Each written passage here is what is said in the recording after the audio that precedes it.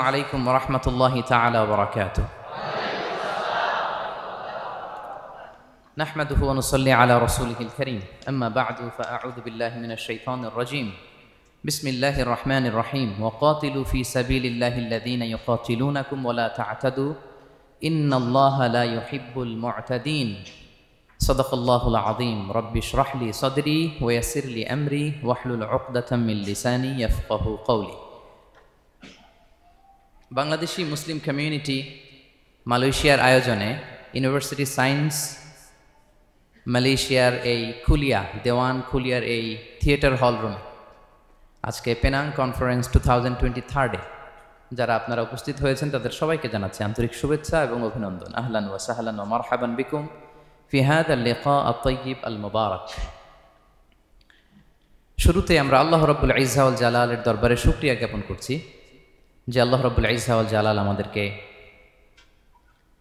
একটি চমৎকার জায়গায় চমৎকার একটি পরিবেশে কিছু দ্বীনি কথা শুনবার জন্য একত্রিত হওয়ার সুযোগ দিয়েছেন। আমরা সবাই পড়ছি কালিমাতুশ শুকুর আলহামদুলিল্লাহ। আল্লাহ রাব্বুল ইজ্জা ওয়াল জালালের দরবারে শুকরিয়া জ্ঞাপনের পাশাপাশি আমি আজকের এই প্রোগ্রামের অর্গানাইজিং কমিটি যারা আছেন তাদেরকে আমি অন্তরের অন্তঃস্থল থেকে শুকরিয়া জানাতে চাই। বিশেষ করে আজকের এই হল রুম পাইয়ে দেওয়ার ক্ষেত্রে আমাদের এখানে ডক্টর আজিম, রাইট, মাশাআল্লাহ, ডক্টর আজিম এখানে উপস্থিত আছেন। পেনাংয়ের বিভিন্ন পর্যায়ের বাংলাদেশি প্রবাসী ব্যবসায়ী ভাইরা আছেন, তারপর এখানে ভলান্টিয়ার্স ভাইরা আছেন এবং সিকিউরিটির দায়িত্বে একটা পোশাকি বাহিনী এখানে আছেন। আমি প্রত্যেককে অন্তরের অন্তঃস্থল থেকে শুকরিয়া জানাই। এবং এই যে আমরা মাগরিবের আগে বসলাম, আমরা আমাদের নিয়ত খালেস করে নিই যে এই একটি ঘন্টা আমরা আল্লাহর জন্য ব্যয় করব, কিছু শিখবার জন্য, নিজের জীবনকে পরিবর্তন করবার জন্য। তাহলেই আমাদের এত আয়োজন। এই যে সকালে আমরা ফজরের আজানোর 1 ঘন্টা আগে উঠে আমরা রওনা হয়েছি, কুয়ালালামপুর থেকে এসেছি, আপনারা অনেক দূর দূরান্ত থেকে এসেছেন। আমাদের এই আশা বসা এটা কাজে লাগবে। আমরা কামনা করি আল্লাহ তাআলা আমাদের এই আশাকে, এই বসাকে, এই একত্রিত হওয়াকে, এই কোরআনের এই মিলন মেলাকে আমাদের নাজাতের ওয়াসিলা বানাক। আমরা ইউনিভার্সিটি সায়েন্স মালয়েশিয়ার এই হলরুমে যেমনি সবাই একত্রিত হয়েছি, আল্লাহ তাআলা সেই জান্নাতুল ফেরদাউসেও যেন তার মেহমান হয়ে আমরা একত্রিত হতে পারি। আল্লাহ তাআলা আমাদেরকে তৌফিক দান করুক। সম্মানিত ভাইয়েরা, আপনারা সবাই সুস্থ আছেন তো? আলহামদুলিল্লাহ। আল্লাহ তাআলা আপনাদের সবাইকে ভালো রাখুন, সুস্থ রাখুন, নিরাপদে রাখুন, তার সন্তুষ্টির পথে অবিচল রাখুন। কালামুল্লাহ মাজিদে আল্লাহ তাআলা জানিয়ে দিয়েছেন 7 শ্রেণীর ব্যক্তিকে তিনি অপছন্দ করেন। কয় শ্রেণীর? আবার বলুন, কয় শ্রেণীর? জি, 7 শ্রেণীর ব্যক্তিকে আল্লাহ তাআলা অপছন্দ করেন। তো মানে আল্লাহ তাআলা তাদেরকে ভালোবাসেন না। আমরা আজকে এই 7 শ্রেণীর ব্যক্তি কারা তাদের ব্যাপারে জানার চেষ্টা করব এবং আমরা সতর্ক হয়ে যাব যে আমরা যেন তাদের অন্তর্ভুক্ত না হই। কি বলেন? কোন 7 শ্রেণীর ব্যক্তি, কোন অভাগা, কোন কপাল পোড়া সেই 7 শ্রেণীর ব্যক্তি যাদেরকে আল্লাহ তাআলা পছন্দ করেন না, ভালোবাসেন না, এই মর্মে তিনি কালামুল্লাহ মাজিদে ঘোষণা দিয়েছেন। এবং আমরা সতর্ক হওয়ার চেষ্টা করব এই বৈশিষ্ট্য যেন কশিনকালেও কভু আমাদের মধ্যে না আসে। তাহলে কালামুল্লাহ মাজিদ আল্লাহ তাআলা যে জানিয়েছেন যে তিনি 7 শ্রেণীর ব্যক্তিকে পছন্দ করেন না, তার মধ্যে প্রথম শ্রেণী হচ্ছে সীমা লঙ্ঘনকারী। আরবিতে বলে আল মুআতাদুন। সীমা লঙ্ঘনকারী ব্যক্তিকে আল্লাহ তাআলা পছন্দ করেন না। লিমিট ক্রস করলে আল্লাহ তাআলা পছন্দ করেন না। লিমিটকে কেউ যদি ওভারস্টেপ করে, ক্রস করে, আল্লাহ তাআলা পছন্দ করেন না। সীমা লঙ্ঘনকে তিনি মোটেও পছন্দ করেন না। এবং মজার ব্যাপার হচ্ছে আল্লাহ কেউ কোনো অন্যায় করলেই সাথে সাথে পাকড়াও করেন না, কেউ ভুল করলেই আযাব দেন না, কেউ নাফরমানি করলেই আযাব পাঠান না।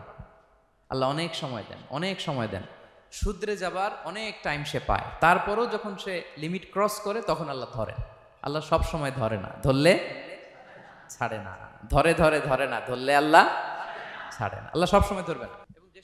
এবং যে সমস্ত জাতিগোষ্ঠীকে এই পৃথিবীতে আল্লাহ তাআলা আযাব দিয়ে ধ্বংস করেছেন, তাদের স্টোরি যদি আমরা খেয়াল করি, আমরা দেখব যে তাদেরকে আল্লাহ অনেক সুযোগ দিয়েছেন ভালো হওয়ার, শুধরে যাওয়ার।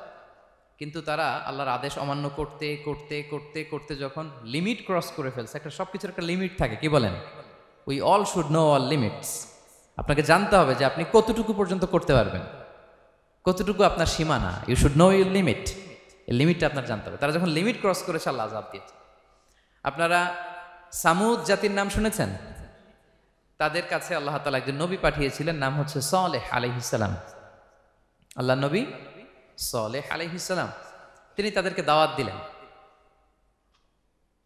যে হে আমার জাতিগোষ্ঠীর লোকেরা, এক আল্লাহর ইবাদত করো। তারা অবাধ্য হলো। তিনি সত্যের পথে আহ্বান করলেন, তারা এই কথা শুনল না। একটার পর একটা আল্লাহর পায়গাম আসে, তারা অবাধ্য হয়, তারা আল্লাহ তাআলার আদেশকে মানে না। সবশেষে সামুদ গোত্র, তারা আবার খুব শক্তিশালী ছিল।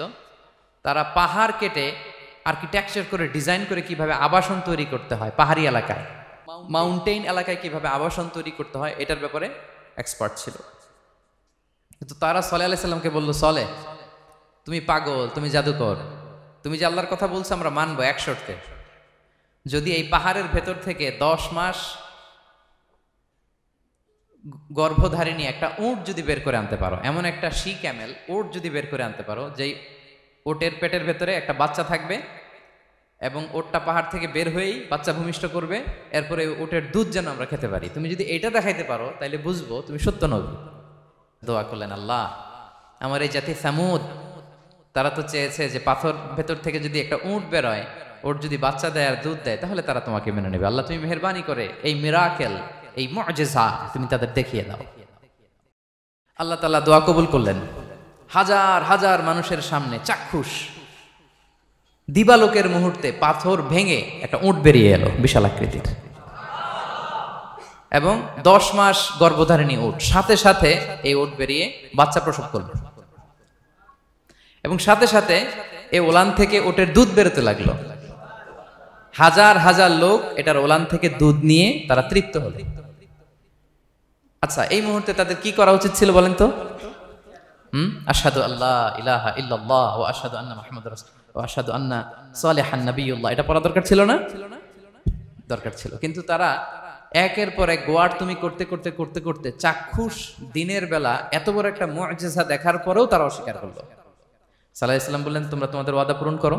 তারা বলল, তুমি বড্ড বড় জাদুকর, তুমি যেন তেন জাদুকর না, তুমি পাহাড়ের ভেতরে জাদু ঢুকাই ফেলছো। কি মনে হয় তারা লিমিট ক্রস করে ফেলছে না? এবার ক্রস করছে না? তারা সীমা লঙ্ঘন করে ফেলেছে। দে ক্রসড দেয়ার লিমিট। এবার তো আর ছাড় দেওয়া যায় না, কারণ আমি আপনাদের বলেছি শুরুতে যে আল্লাহ সব সময় ধরে না, কিন্তু যখন ধরে ছাড়ে না। আযাব চলে আসলো। কি আযাব?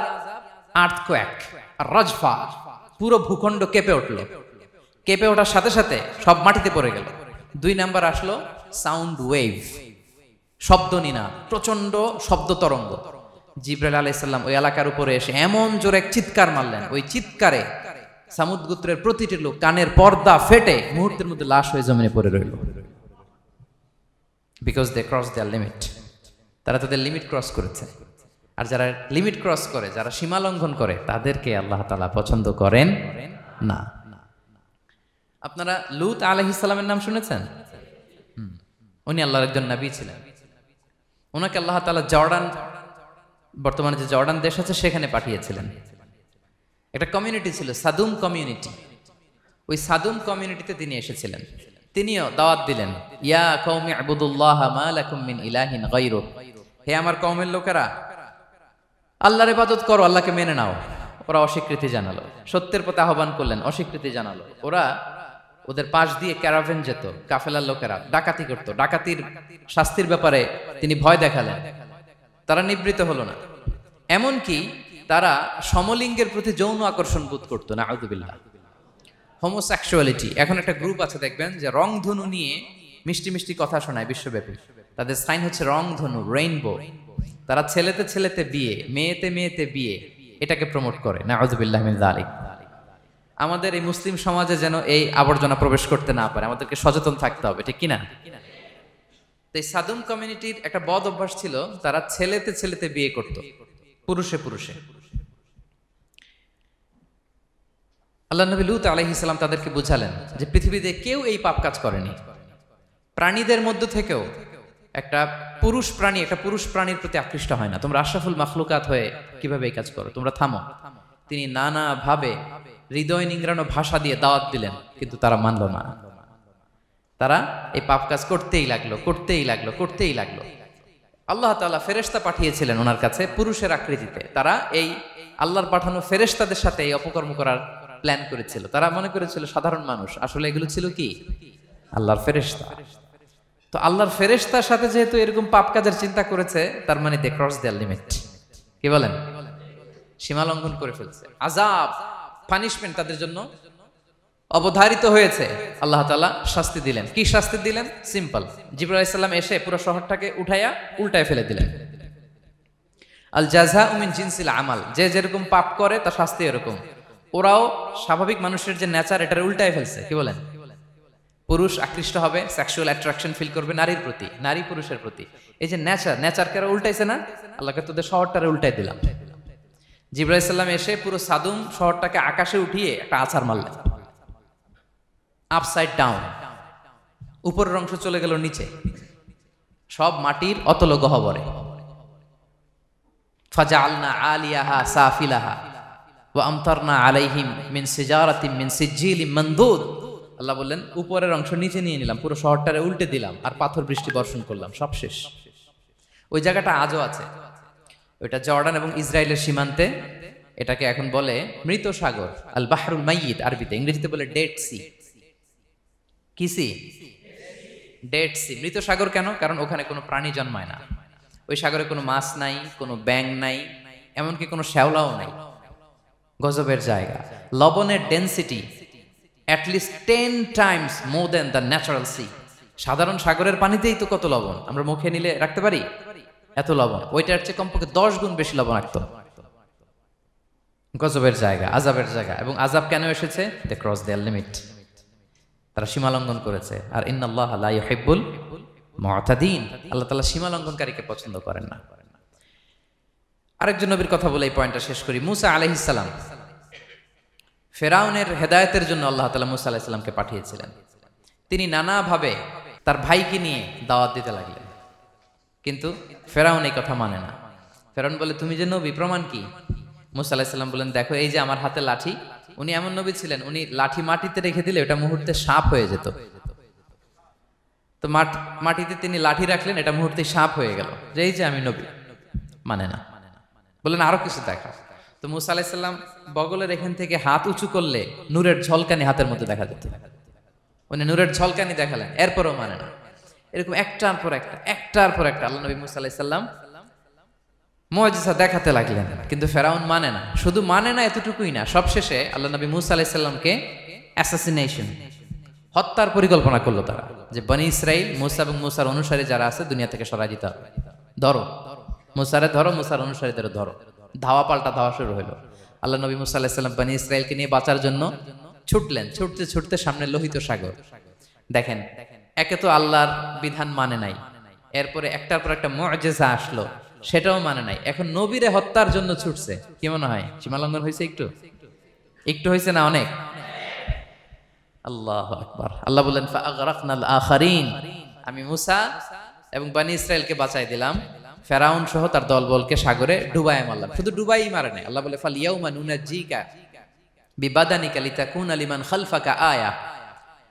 ফেরাউনকে লোহিত সাগরে তো ডুবিয়েছেই। আল্লাহ বলেন, ফেরাউন, তোর অনুসারী যারা পৃথিবীতে থাকবে, তোর চালাচামুন্ডা যারা থাকবে, তোর খালাতো ভাই, চাচাতো ভাই যারা দুনিয়াতে বেঁচে থাকবে, তাদের জন্য তোর লাশটারে আমি শুটকি বানিয়ে রাখলাম। Up to the day of judgment, কিয়ামত পর্যন্ত ফেরাউনের লাশটা মিশরের জাতীয় জাদুঘরে ড্রাই বডি হিসেবে আছে। আমি নিজে দেখে এসেছি, নিজ চোখে মমিফাইং করে শুটকি বানায় রাখছে। এভাবে পৃথিবীতে যতগুলো জাতিগোষ্ঠীকে আল্লাহ তাআলা আযাব দিয়ে ধ্বংস করেছে, তার কারণ হচ্ছে সীমা লঙ্ঘন। তার কারণ কি?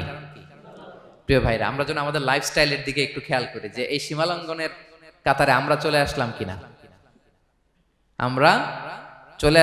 আমাদেরকে খেয়াল রাখতে হবে। আল্লাহ তাআলা সীমা লঙ্ঘনকারীকে পছন্দ করেন না। ইন্নাল্লাহা লা ইউহিব্বুল মুতাদিন, তিনি সীমা লঙ্ঘনকারীদেরকে পছন্দ করেন না। এমনকি রাসূলুল্লাহ সাল্লাল্লাহু আলাইহি ওয়াসাল্লামের বায়োগ্রাফি যদি আমরা খেয়াল করি, আমরা দেখব যে তিনি যখন যুদ্ধের জন্য অভিযান পরিচালনা করতেন, দল পাঠাতেন, সেনাবাহিনী পাঠাতেন, তখন তাদেরকে বলতেন, খবরদার যুদ্ধের ময়দানে সীমালঙ্ঘন করো না, খবরদার। যুদ্ধে যদি কেউ হেরে যায়, বন্দীদের সাথে খারাপ আচরণ করো না। ওরা হেরে গেছে বন্দী, আপনি চাইলে তার কান কেটে দিতে পারবেন, নাক কেটে দিতে পারবেন, আকৃতি বিকৃতি করতে পারবেন না। বিষ্ণু ইসা ইসলাম বলেন, খবরদার সীমালঙ্ঘন করো না। যেখানে যুদ্ধে গিয়েছো ওই এলাকার শিশুদেরকে মেরো না, ওই এলাকার নারীদেরকে মেরো না, ওই এলাকার পাদ্রীদের গায়ে হাত তোলো না। সন্ন্যাসীতে যারা ইবাদত করে ওদের তো দোষ নাই, সিভিলিয়ান নাগরিক, তাদের গায়ে হাত তোলো না, খবরদার। গবাদি পশুর গায়ে হাত তুলবে না, এগ্রিকালচারাল প্রোডাক্ট জ্বালিয়ে দিও না।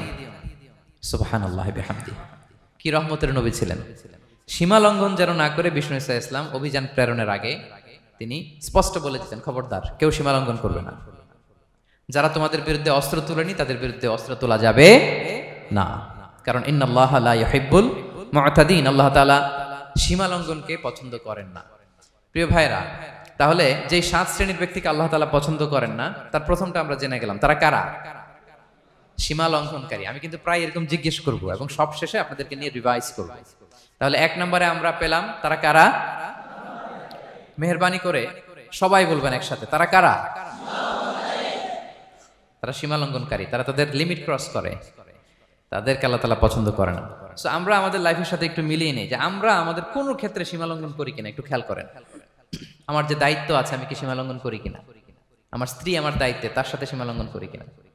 আমার ভাতিজা ভাতিজি অনেকের আছে ইয়াতিম, তার বাবা মারা গেছে, তার সব সম্পত্তির দায়ভার আমার উপর দেয়া, আমি ওইখানে তাকে ঠিকঠাক মতো সব দেই কিনা, সীমা লঙ্ঘন করি কিনা? হ্যাঁ, ক্ষমতা পেলে সীমা লঙ্ঘন করি কিনা? কি মনে হয় আমরা ক্ষমতা পেলে সীমা লঙ্ঘন করি কিনা? হ্যাঁ, করে করে হ্যাঁ, মানে যেইখানে ডাক্তারের কাছে যাই বলে ডাক্তার সাহেব আমার এইখানে ফোড়া, সারা দেহের যেই কোনো জায়গায় ধরতে পারেন, এইখানে ধরেন না, তো এইখানে না ধরলে ভালো হবে? ফোড়া যেখানে, ট্রিটমেন্ট তো ওইখানে দিতে হবে, কি বলেন? রোগ যেখানে ওষুধও সীমা লঙ্ঘন। দায়িত্ব পেলে আমরা সীমা লঙ্ঘন করি। এমনকি আমরা যারা ইবাদত করি অনেকে ইবাদতেও সীমা লঙ্ঘন করি, ইবাদতেও না। ভারসাম্য থাকতে হবে, পরিমিতি বোধ থাকতে হবে। এবং মজার ব্যাপার হচ্ছে আল্লাহ তাআলা দোয়া এবং জিকিরের ক্ষেত্রে এই কথাটা উল্লেখ করেছেন যে তোমরা দোয়া জিকিরের ক্ষেত্রে সীমা লঙ্ঘন করো না। আল্লাহ তাআলা বলেন উদউ রাব্বাকুম তাদাররুআ ওয়া খুফিয়া ইন্নাহু লা ইউহিব্বুল মু'তাদিন। তোমরা আল্লাহকে ডাকো কেমন ভাবে? তাদাররুআ ওয়া খুফিয়া, সবিনয়ে গোপনে, সবিনয়ে ডাকো, চুপিসারে ডাকো, গোপনে গোপনে ডাকো, অল্প আওয়াজে ডাকো। কারণ কি? ইন্নাল্লাহা লা ইউহিব্বুল মু'তাদিন, আল্লাহ সীমা লঙ্ঘনকারীদেরকে পছন্দ করেন না। তাহলে আপনি যদি দোয়া করেন আল্লাহর কাছে, যখন জিকির করবেন বিনীতভাবে, চুপিসারে, সবিনয়ে, বিষ্ণু ইসা ইসলাম যেভাবে শিখিয়েছেন ওইভাবে জিকির করবেন। নাকি জিকির করতে করতে মানুষের কাঁধে উঠবেন? উঠবেন না? ওঠে ওঠে, হ্যাঁ ওঠে। দেখেন আল্লাহ তাআলা যেইখানে 3 ফোঁটা দেওয়া দরকার 3 ফোঁটা দেয়, যেখানে 1 ফোঁটা ওইখানে 1 ফোঁটা দেয়। আল্লাহ তাআলা ইন্নাহু লা ইউহিব্বুল মু'তাদিন, আল্লাহ সীমা লঙ্ঘনকে পছন্দ করেন না। এই কথাটা ঢুকাইছে কোথায়? দোয়া আর জিকিরের মধ্যে। কারণ আল্লাহ জানে আল্লাহর কিছু বান্দা থাকবে তারা দোয়া এবং জিকিরের সময় কি করবে? সীমা লঙ্ঘন করবে। মাঝে মাঝে কিছু ভিডিও ক্লিপসে দেখা যায় জিকির করতে করতে আরেকজনের কাঁধের উপরে, যিনি জিকির পরিচালনা করতেছে তার মাথার উপরে। এখন আমি ওয়াজ করতেছি, আপনি যদি লাফাইতে লাফাইতে এসে আমার উপরে পড়েন, হ্যাঁ মাইকের উপরে যদি এসে পড়েন, আমার অবস্থা হবে কি? লাফাতে লাফাতে উপরে উঠে যায়, নিজে ইনজুর্ড হয়, পাশের শ্রোতাকে ইনজুর্ড করে, যিনি আলোচনা পরিচালনা করতেছে তাকে ইনজুর্ড করে। এরকম আছে না নাই? ইন্নাহু লা ইউহিব্বুল মু'তাদিন, আল্লাহ তাআলা সীমা লঙ্ঘনকে পছন্দ করেন না। তাহলে আমাদের প্রত্যেকের উচিত আমাদের লিমিট জানা, আমরা যেন আমাদের কখনো লিমিটকে ক্রস না করি। প্রিয় ভাইরা, এটা প্রতিটি ক্ষেত্রে, ইভেন ইবাদতে আমরা যেন সীমা লঙ্ঘন না করি। এই পয়েন্টটা মনে থাকবে আপনাদের? আচ্ছা, তাহলে 2 নম্বরে আমরা চলে যাই। 2 নম্বরে যে শ্রেণীকে আল্লাহ তাআলা পছন্দ করেন না তারা হচ্ছে জালিম বা অত্যাচারী। জালিম বা অত্যাচারী, যারা জুলুম করে তাদেরকে আল্লাহ তাআলা পছন্দ করেন না। আল্লাহ তাআলা বলছেন ফাআম্মাল্লাযীনা কাফারু ফাউআযিবুহুম আযাবান শাদীদান ফিদ দুনিয়া ওয়াল আখিরা ওয়া মা লাহুম মিন নাসিরিন। যারা দুনিয়াতে কুফরি করবে কঠিন শাস্তি দুনিয়াতেও আখিরাতেও। ওয়া আম্মাল্লাযীনা আমানু ওয়া আমিলুস সালিহাতি ফায়ুওয়াফিহিম উজুরাহুম, আর যারা ঈমান আনবে সৎকর্ম করবে তাদের প্রতিদান আমি আল্লাহ বুঝিয়ে দেব। ওয়াল্লাহু লা ইউহিব্বুয যালিমিন, তবে জেনে রেখো আল্লাহ তাআলা জালিমিনদেরকে পছন্দ করেন। তাহলে 2 নম্বরে পাওয়া গেল কাদেরকে পছন্দ করে না? আপনি যদি কারো প্রতি জুলুম করেন তাহলে আপনি জালেম, সে হচ্ছে মাজলুম। সে কি? মাজলুম। মজলুম আপনার ক্ষমা না করলে আল্লাহ তাআলা আপনার ক্ষমা করবে না।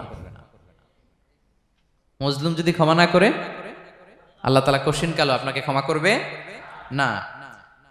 এজন্য জুলুম যেন আমরা কখনো না করি প্রিয় ভাইরা। জুলুম শুধু আল্লাহ তাআলা আমাদের উপরই হারাম করেনি, আল্লাহ নিজের উপর হারাম করছে। জুলুম শুধু আমাদের জন্যই হারাম না, আল্লাহর জন্য হারাম। আল্লাহ তাআলা বলেন হাদিসে কুদসিতে, ইয়া ইবাদি, হে আমার বান্দারা, ইন্নী হারামতু যুলমা আলা নাফসি, আমি জুলুমকে আমি আল্লাহ নিজের উপরে হারাম করেছি। ওয়া জাআলতুহু বাইনাকুম মুহাররামা, এবং এই জুলুমকে তোমাদের উপর হারাম করেছি। ফালা তাযালামু, তোমরা একে অপরের উপর জুলুম করো না। জুলুম শুধু আমাদের উপরই হারাম না, আল্লাহ নিজের উপর হারাম করেছেন।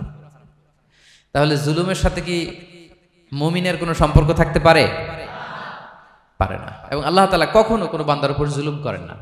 ওয়া আন্নাল্লাহা লাইসা বিযাল্লামিন লিল আবিদ, তিনি তার বান্দার উপর জুলুম করেন না।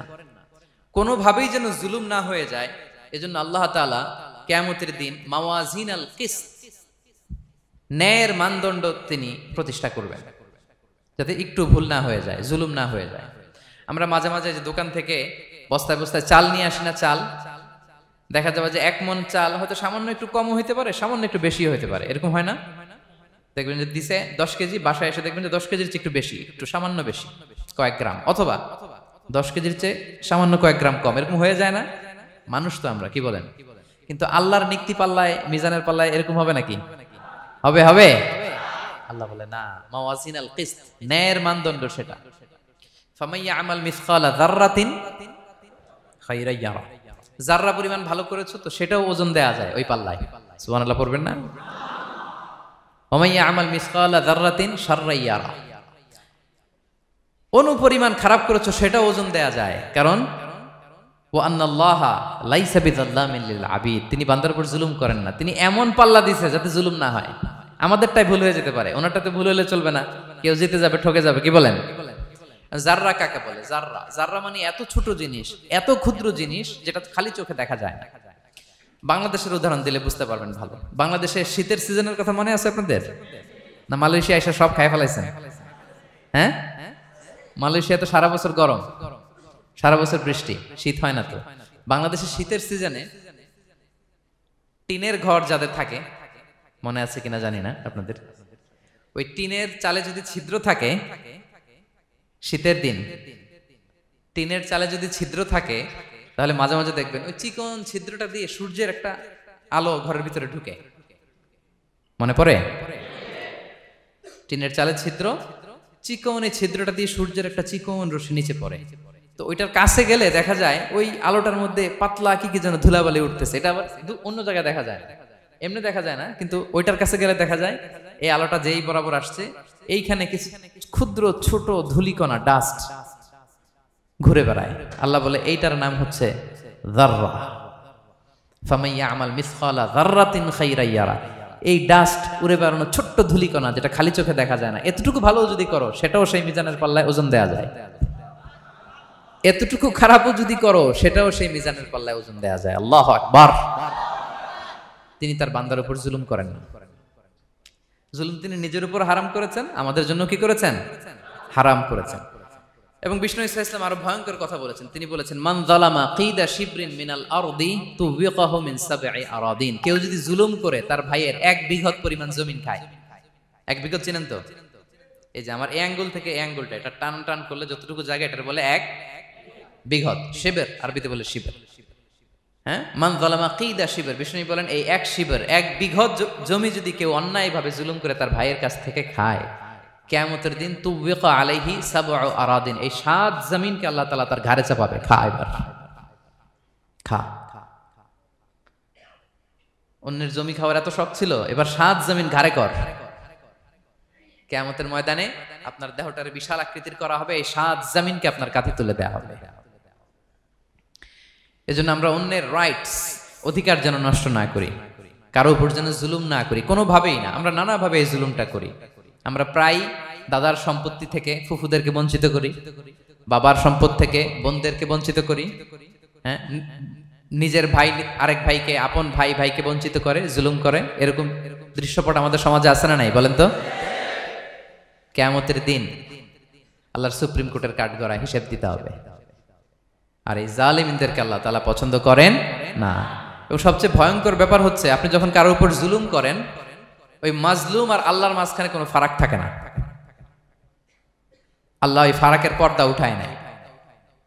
বিষ্ণুই বলেন ইত্তাকি দাওয়াতাল মাজলুম, তোমরা মজলুমের বদদোয়াকে ভয় করো, খবরদার। কারণ ফাইন্না লাইসা বাইনাহা ওয়া বাইনাল্লাহি হিজাব, তার আর আল্লাহর মাঝে কোনো পর্দা থাকে না। দোয়া করলেই ওটা আরশে যেয়ে কবুল হয়ে যায়।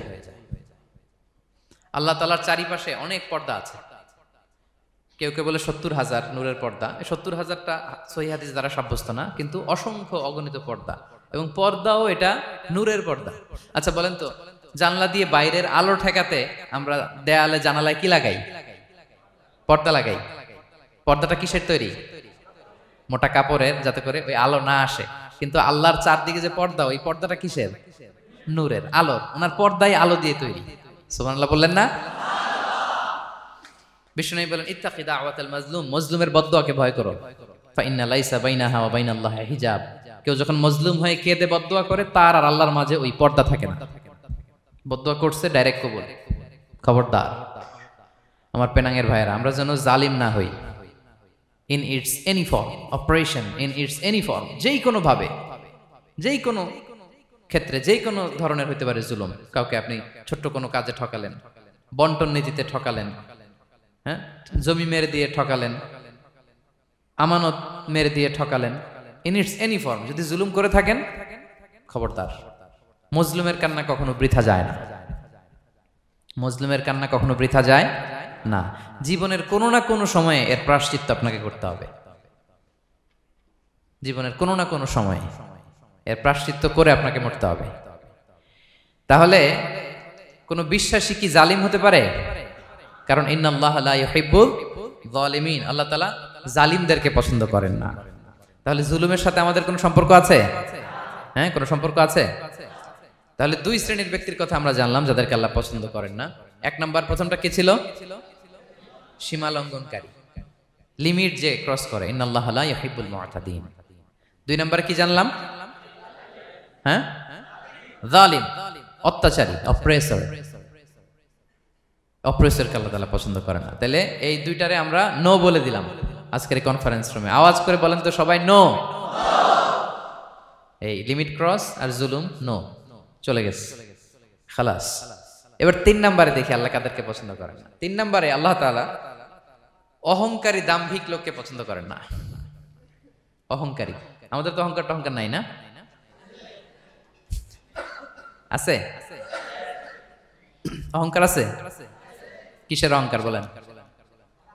টাকার, আর ক্ষমতার, আর সৌন্দর্যের, আর হ্যাঁ পাওয়ার, সোশ্যাল পাওয়ার। এই যে অহংকার, অহংকারের খাঁচা থেকে মুক্ত রাখো আমাদেরকে তুমি প্রভু হে। পড়েন আমিন। এটা একটা ভয়ঙ্কর খাঁচা। আচ্ছা, অহংকার করার আমাদের আছে কি বলেন তো? কিছুই নাই। আল্লাহ বলে ওয়া খুলিকাল ইনসানু দাঈফা, তোমাদেরকে আমি দুর্বল করে তৈরি করছি। আমরা দুর্বল, শুধু দুর্বল না, দুর্বলের ঘরের দুর্বল। আমার বাপ ছিল দুর্বল, আমার দাদা ছিল দুর্বল, আমরা 14 গোষ্ঠী কি? হাল আতা আলাল ইনসানি হিনুম মিনাদ দাহরি লাম ইয়াকুন শাইআম মাযকুরা। আল্লাহ বলেন একটা সময় ছিল উল্লেখ করার মতো তোমার কিছুই ছিল না। আজকে তো এত লম্বা চড়া মানুষ, আমরা কিছুই ছিলাম না। আমার বর্তমানে বয়স চলে 36, 37। তা আজ থেকে 37 বছর আগে আমি কি ছিলাম? আমার অস্তিত্বই ছিল না। আমার কোনো নাম ছিল না, আমার কোনো গ্রাম ছিল না, আমার কোনো অ্যাড্রেস ছিল না, আমার কোনো পরিচিত ছিল না। আজ থেকে আরো 37 বছর পরে একটু খেয়াল করেন তো, এখন তো 37, আরো 37 ধরেন বাঁচলাম। এরপরে আমি দুনিয়া, দুনিয়া থাকবে কিন্তু আমি নাই। আজকে কার জন্য আটকে আছে দুনিয়ার কাজ বলেন তো? আপনার দাদার জন্য, আপনার নানার জন্য। তো আপনাকে লাগে কেন? আপনাকে লাগে? লাগে না তো আমাকে। আমি দুনিয়া, একদিন কিছুই ছিলাম না। আল্লাহ বলেন হাল আতা আলাল ইনসানি হিনুম মিনাদ দাহরি লাম ইয়াকুন শাইআম মাযকুরা। তুমি কিছু ছিলা, একটা সময় কিছুই ছিল না, উল্লেখ করার মতো তুমি কিছুই ছিল না। অস্তিত্বহীনের জগৎ থেকে তোমাকে আমি অস্তিত্বে আনলাম। তোমার বাবার পৃষ্ঠদেশ থেকে, তোমার মায়ের গর্ভাশয়ে আমি তোমাকে ফেললাম। সেখানে আমি আল্লাহ তোমাকে একটু একটু করে তিলে তিলে বড় করলাম। 9 মাস 10 মাস পরে মায়ের পেট থেকে দুনিয়াতে তুমি আসলে। দেখেন তো দুনিয়ায় আসার পরে আমাদের অবস্থাটা কি? কাপড় নাই, চোপন নাই, এভাবে চলে আসছি। আসার পরে কেউ যদি মুখে খাবার তুলে দেয় তাইলে খাইতে পারি, হ্যাঁ? তা তাও লিকুইড খাবার, এদিক দিয়ে দিলে এদিক দিয়ে পড়ে যায়, খালি মুছতে হয়। মেহমান একজন এসে আদর করে কোলে নিচে পেশাব করে দিছি ভরাইয়া, আছে না নাই? হয়েছে না এরকম? আদর করে একটা কোলে নিছেন, এখনই না ডায়াপার আসছে মিয়া, আজ থেকে 10 বছর আগে এগুলো ছিল নাকি? প্যাম্পাস ডায়াপার ছিল, এই কাঁথা টাতা নিয়ে কোলে নেওয়া লাগতো, তারপরে দিছে ওদিক দিয়ে জামা টামা ভিজে শেষ। ইভেন রাসূল সাল্লাল্লাহু আলাইহি ওয়াসাল্লামের কোলে এরকম বাচ্চারা পেশাব করে দিছে, এরকম হাদিস আছে। আদর করে মায়েরা বাবারা আসলেই তো তার বাচ্চাকে রাসূল সাল্লাল্লাহু আলাইহি ওয়াসাল্লাম কোলে দিতেন, পেশাব করে দিতেন। তো কার কোলে উঠছে এটাও জানি না, পেশাব করে ভরাই দিচ্ছে। পেশাব পায়খানা করে শয়লাভ। লিকুইড দিলে খেতে পারি, শক্ত কিছু খেতে পারি না। এই তো আমার ক্ষমতা। একজন যে বললেন ক্ষমতার অহংকার, এই তো ক্ষমতাটা তো এতটুকু। এরপরে যখন জোয়ান হয়েছে, এখন তো জোয়ান, এখানে একটা ভূমিকম্প হইলে কি অবস্থা হবে বলেন তো জোয়ানদের? হ্যাঁ, কাঁপতে কাঁপতে সব শেষ। একটা ভূমিকম্প, একটা তুফান হলে ওটার বিরুদ্ধে দাঁড়াতে পারি না। একটা তুফান, রাস্তায় টায়ার পাংচার হলে লাফ দিয়ে উঠি। ক্ষমতা আমার নাকি ক্ষমতার অহংকার? কি দুর্বল আমরা! হ্যাঁ, কুকুর আমাদেরকে কামড় দিলে আমরা কুকুরের কামড়ও দিতে পারি না, ঠিক কিনা? মশা যে কামড়া, এটা ধরতে না পারলে কিছু করতে পারি? কামড় মাইরা দিছে দৌড়। বল্লা পোকা এসে যদি কামড় দিয়ে দৌড় দিয়ে কিছু করতে পারেন? তো কিসের ক্ষমতা আপনার? এরপর আবার যদি 70-80 বছর হায়াত পাই, আবার আগের মতো যেখানে বসি ওইখানেই ডাইরেক্ট, আছে না নাই? বয়স যখন 80 হয়ে যায় আর থাকে শরীরের কন্ট্রোল, আবার যেখানে বসে ওইখানেই পেশাব পায়খানা। খাবার দিলে খাইতে পারি, পিঠটা বাঁকা হয়ে কুজু হয়ে গেছে, এর নাকি আবার অহংকার? সাজে অহংকার, সাজে অহংকার, সাজে একজনের। আওয়াজ করে বলতে হবে, তিনি কে? 3 নম্বরে অহংকার, দাম্ভিককে আল্লাহ পছন্দ করেন না। প্রিয় ভাইরা, আল্লাহ বলেন কারুনের ঘটনাকে আল্লাহ এখানে এনেছেন। আল্লাহ বলেন ইন্না কারুনা কানা মিন কওমি মূসা। কারুন ছিল মুসা আলাইহিস সালামের কওমের লোক, মুসা আলাইহিস সালামের কাজিন ছিল মূলত। কারুন নামে একজন সম্পদশালী ছিল। মিশরের রাজধানী কায়রো থেকে 100 কিলো দূরে ফাইয়ুম নামে একটা জেলা আছে, ওখানে তার বাড়ি ঘর। আমি দেখে এসেছি, কয়েকবার গিয়েছে। তো ফাবাগা আলাইহিম, সে মানুষের উপর চড়াও হলো। ওয়া আতাইনাহু মিনাল কুনুজি মা ইন্না মাফাতিহাহু লাতানু বিল উসবাতি উলিল কুওয়া। আল্লাহ বলেন এই কারণকে আমি এত সম্পদ দিয়েছি, এত বেশি ছিল তার সম্পদগুলো যে সে আলমারির ভিতরে রাখতো। ওই আলমারির যে চাবি হইতো, এই চাবিগুলোরে ওজন করার জন্য, কাঁধে নেওয়ার জন্য 10 জন পেশি শক্তি পুরুষ লাগতো। আলমারি রাখার জন্য না, কি রাখার জন্য? আলমারি ভর্তি যে সোনা দানা গহনা, ওইটা যে চাবি, ওই চাবিগুলা বহন করতে একদল পেশি পুরুষ লাগতো, এত সম্পদ। তো তাকে এলাকার লোকেরা বলেছিল খলালাহু কওমুহু লা তাফরাহ, হে কারণ তুমি গর্ব করো না। কারণ তাকে বলছিল মুসা আলাইহিস সালাম যাকাত দাও, সে বলতেছে আমি যাকাত দিব কেন? এই সম্পদ তো আমার। ইন্নামা উতিতুহু আলা ইলমিন ইনদি, আমি আমার বুদ্ধি খাটায় এই সম্পদ কামাইছি, আমার সম্পদ আমি খাবো, আমি যাকাত দিব কেন? আল্লাহ বলেন ইন্নাল্লাহা লা ইউহিব্বুল ফারিহিন। কারণ তুমি অহংকার করলে আমি আল্লাহ অহংকারকে বরদাস্ত করি না, অহংকারীদেরকে আমি আল্লাহ পছন্দ করি না। আমি অহংকারকে পছন্দ করি না, অহংকারকে আল্লাহ তাআলা পছন্দ করেন না। কি হয়েছিল কারণের নসিবে? আল্লাহ বলেন ফাখাসাফনা বিহি ওয়া বিদারিহিল আরদ ফামা কানা লাহু মিন ফিআতি ইয়ানসুরুনাহু মিন দুনিল্লাহ ওয়া মা কানা মিনাল মুনতাসিরিন। আল্লাহ বলেন সে যখন অহংকার দেখালো, আমি কারুনকে আর কারুনের সব সম্পদ মাটির ভেতরে দাবিয়ে দিলাম, মুহূর্তেই দাবিয়ে দিলাম। সহিহ বুখারীতে এসেছে ইয়াতাজালজালু ফিল আরদ, প্রতিদিন 1 বিঘত করে কারুন জমিনের ভিতরে যেতেই থাকবে, যেতেই থাকবে, যেতেই থাকবে কিয়ামতের আগ পর্যন্ত। আল্লাহু আকবার। কারণ অহংকার করেছিল। আল্লাহ বলে আমি অহংকারীদের পছন্দ করি না। সূরা লুকমানে আল্লাহ বললেন ওয়ালা তুসাইর খাদ্দাকা লিন্নাস, মানুষ থেকে মুখ ফিরিও না। ওয়ালা তামশি ফিল আরদা মারাহা, জমিনে অহংকার ভরে হেঁটো না। ইন্নাল্লাহা লা ইউহিব্বু কুল্লা মুখতালিন ফখুর, আল্লাহ তাআলা অহংকারীদেরকে, দাম্ভিকদেরকে পছন্দ করেন না। এই যে আমি বলছি যে 7 শ্রেণীর লোককে আল্লাহ পছন্দ করেন না, এটা আমার মন গড়া বানানো কথা? প্রতিটি কথার পেছনে কোরআনের যুক্তি আছে। কোরআনে আল্লাহ তাআলা বলছেন আল্লাহ অহংকারীদেরকে পছন্দ করেন না। ইংরেজিতে কি বলে? ইগো আছে আমাদের, হ্যাঁ ইগো, এটারে ছেড়ে ফেলতে হবে, অহংকার করা যাবে না। আমার প্রিয় ভাইয়েরা একটু মনোযোগী হন, এই আয়াতের তাফসীরটা একটু সংক্ষেপে বুঝিয়ে দেই। আল্লাহ তাআলা বলছেন ইন্নাল্লাহা লা ইউহিব্বু কুল্লা মুখতালিন ফখুর, আল্লাহ কোন মুখতাল আর ফাখুরকে পছন্দ করেন না। মুখতাল আর ফাখুর মানে কি? মুখতাল মানে যে অহংকার করে মনে মনে।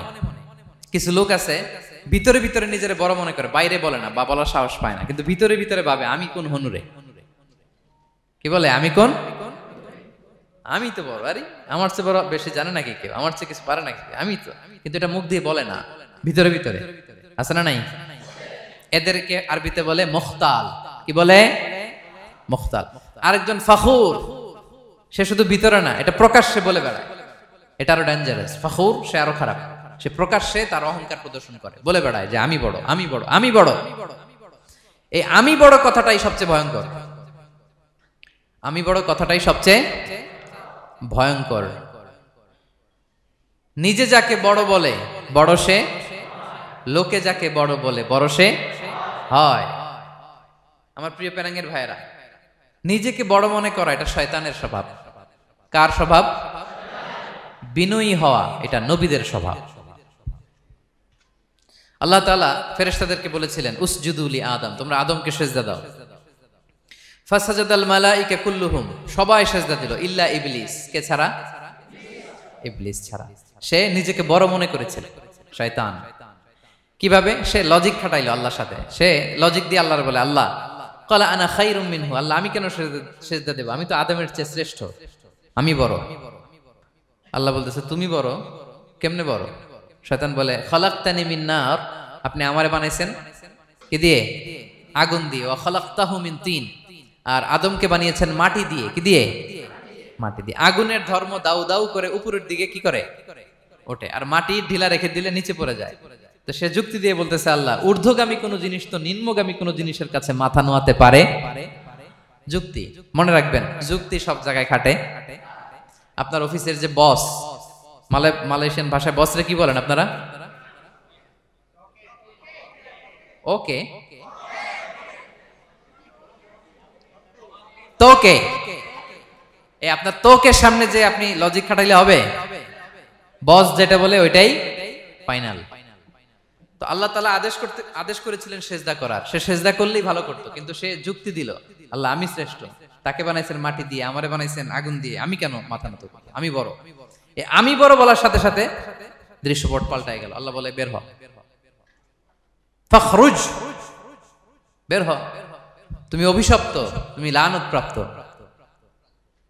তোমার স্থান হবে জাহান্নাম। তুমি নিজেকে বড় মনে করেছো, তাইলে বড় মনে করা এটা শয়তানের স্বভাব। কার স্বভাব? তা আমরা নিজেকে বড় মনে করব কখনো? আরো জোরে বলেন, করব? বিষ্ণু ঈসা ইসলাম নিজে নিজে ছোট থাকতে চাইতেন, তিনি দোয়ায় বলতেন আল্লাহুম্মা জাআলনি ফি আইনি সাগীরা ওয়া ফি আ'য়ুনিন নাসি কাবীরা, আল্লাহ আমার চোখে আপনি আমারে ছোট বানান, আল্লাহ মানুষের চোখে আপনি আমারে বড় বানান। বিশ্বনবী নিজের চোখে নিজে ছোট থাকতেন, কিন্তু গোটা বিশ্বের মানুষের চোখে বড় হয়েছেন না? কত বড়? রাফা'না লাকা যিকরাক, আল্লাহ বলে আমি যেখানে অতটুক পর্যন্ত উঠাইছি আপনারে। কোন নবীর নিচে উপরে? কথা বলেন, কোন নবীকে শেষ পর্যন্ত উঠাইছে? সুবহানাল্লাহ। নবী হে আমি যদ্দূর আপনার উঠাইছে অদ্দূর, ওই পর্যন্ত নিয়ে গেছে সাক্ষাতের জন্য। সুবহানাল্লাহ। প্রত্যেক নামাজে বিশ্বনবীর উপর দুরূদ আছে না নাই? কিয়ামত পর্যন্ত বিশ্বনবীর প্রতি ভালোবাসা আমাদের পক্ষ থেকে আছে না নাই? আছে। আল্লাহ তাআলা ওনাকে বড় করেছেন। এজন্য নিজের চোখে আমরা নিজে ছোট থাকবো। আপনি যদি বড় হন এটা মানুষ বলবে। কে বলবে? নাকি আপনিই বলবেন? বলা যাবে না। এবং বিষ্ণু ইসলাম কিছু টেকনিক আমাদের শিখিয়েছেন, কিছু টেকনিক আমাদের জানিয়েছেন, এই কাজ করলে তোমরা অহংকার থেকে মুক্ত থাকতে পারবে। এর মধ্যে একটা হচ্ছে আগে আগে সালাম দেওয়া। তিনি বলেন আল বাদিউ বিস সালামি বারিউম মিনাল কিবর, যে আগে আগে সালাম দেয় তার হৃদয় থেকে আল্লাহ অহংকার তুলে নেয়। আগে সালাম দিয়ে পারবেন? ফোন করলেই আগে কি বলবেন? বাসায় ঢুকেই আগে কি বলবেন? স্ত্রীকে আগে সালাম দিবেন, বন্ধুকে আগে সালাম দিবেন, বাসার কাজের লোকটাকে আগে সালাম দিবেন, আপনার ড্রাইভারকে আগে সালাম দিবেন, বাসার দারোয়ানটারে আগে সালাম দিবেন। ফকির একটা আসলে আপনি সালাম দিয়ে ফেলবেন। পারবেন? হৃদয় থেকে অহংকার ফেলে দিবে কে? আগে আগে আমরা সালাম দিব। এবং তার চেয়ে ভয়ঙ্কর কথা হচ্ছে বিষ্ণু ইসলাম বলেন যে লা ইয়াদখুলুল জান্নাতা মান কানা ফি কলবিহি মিসকালু হাব্বাতি খারদাল মিন কিবর, যার হৃদয়ে সরিষার দানা পরিমাণ অহংকার থাকে ওই ব্যক্তি কশিনকালেও আল্লাহর জান্নাতে প্রবেশ করার সুযোগ পাবে না, কশিনকালেও পাবে না। এর কারণ অহংকার আল্লাহর চাদর। অহংকার কার চাদর? আল কিবরিয়া রিদাই ওয়াল আযামাতু ইজারি। আল্লাহ বলে অহংকার আমার চাদর, বড়ত্ব আমার লুঙ্গি। যে এগুলো ধরে টান দেয় তারে আমি জাহান্নামে নিক্ষেপ করব। ফালা উবালি, ফালা উবালি, আই ডোন্ট কেয়ার, আমি ওদিকে কেয়ার করি না, আমি তারে জাহান্নামে ফেলবো। সো অহংকার আমাদের সাজে না। আমি শুরুতেই তো বললাম আমাদের লাইফ সার্কেলটা একটু দেখাইলাম না যে ছিলাম কই, অস্তিত্বহীন থেকে দয়া করে মায়া করে তিনি আমাকে অস্তিত্বে এনেছেন। কত ছোট্ট, কত ক্ষুদ্র, কত নগণ্য, কত দুর্বল ছিলাম আমরা। আবার যৌবনের একটা পিরিয়ড কাটিয়ে, যৌবনের সময় তো কতটা দুর্বলতা বললাম, আবার সে দুর্বল, মানে দুর্বল থেকে দুর্বল। এই হচ্ছে আমাদের লাইফ স্টোরি, লাইফ হিস্ট্রি। তাহলে অহংকার আমাদের সাজে, অহংকার তার সাজে যার কোনো ক্ষয় নাই, যার কোনো লয় নাই, যার কোনো অভাব নাই। হ্যাঁ, গোটা বিশ্ব তার মুখাপেক্ষী, তিনি কারো মুখাপেক্ষী না, ঠিক কিনা? গোটা বিশ্ব তার কাছে ঠেকা, তিনি কারো কাছে ঠেকা না, ঠিক কিনা? গোটা বিশ্ব তাদের সার্ভাইভালের জন্য তার প্রতি মুখ থুবড়ে পড়ে থাকে, তিনি কারোর জন্য বসে থাকা লাগে। অহংকার সাজে তার। আর এই আল্লাহর অহংকারের চাদর ধরে যে টান দেয়, আল্লাহ বলে ওরা আমি জাহান্নামে ফেলবো, আর তাদেরকে আমি পছন্দ করি না। আল্লাহ তাআলা অহংকারীদেরকে পছন্দ করেন না। তাহলে অহংকারকেও আমরা না বলে দিব, নো বলবো, নো। আওয়াজ করে বলেন নো। শুধু মুখে মুখে নো নাকি অন্তর থেকে? এই তো আজকের দিওয়ান কুলিয়ার বাইরে ফেলে দিছি আমরা অহংকার। কি বলেন পেনাঙ্গের ভাইরা? আর অহংকার করব? আপনি বিনয়ী হন। মান তাওয়াদা তারাফা। বিষ্ণু বলেন যে নিচু হয় আল্লাহ ওরে টাইনা উঁচু করে। আপনি বিনয়ী হবেন, আল্লাহ আপনার উঁচু করবে। আর আপনি উঠতে চাবেন, এক থাপ্পড় মেরে জমিনে আল্লাহ মিশাই দিবে। এজন্য বড়ত্ব, দাম্ভিকতা এটা আল্লাহর পোশাক। আমরা যেন তার পোশাক ধরে টান না দেই। এই পয়েন্টটা কি সবার কাছে ক্লিয়ার? আচ্ছা, কয়টা গেল? এক নম্বরে কি ছিল?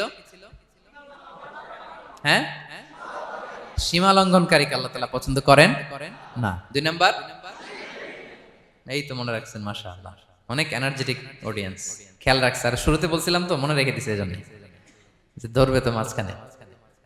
আচ্ছা, জালিমকে আল্লাহ পছন্দ করেন না। এইমাত্র যেটা বললাম, তিন নাম্বার, অহংকারী ব্যক্তিকে আল্লাহ পছন্দ করেন না।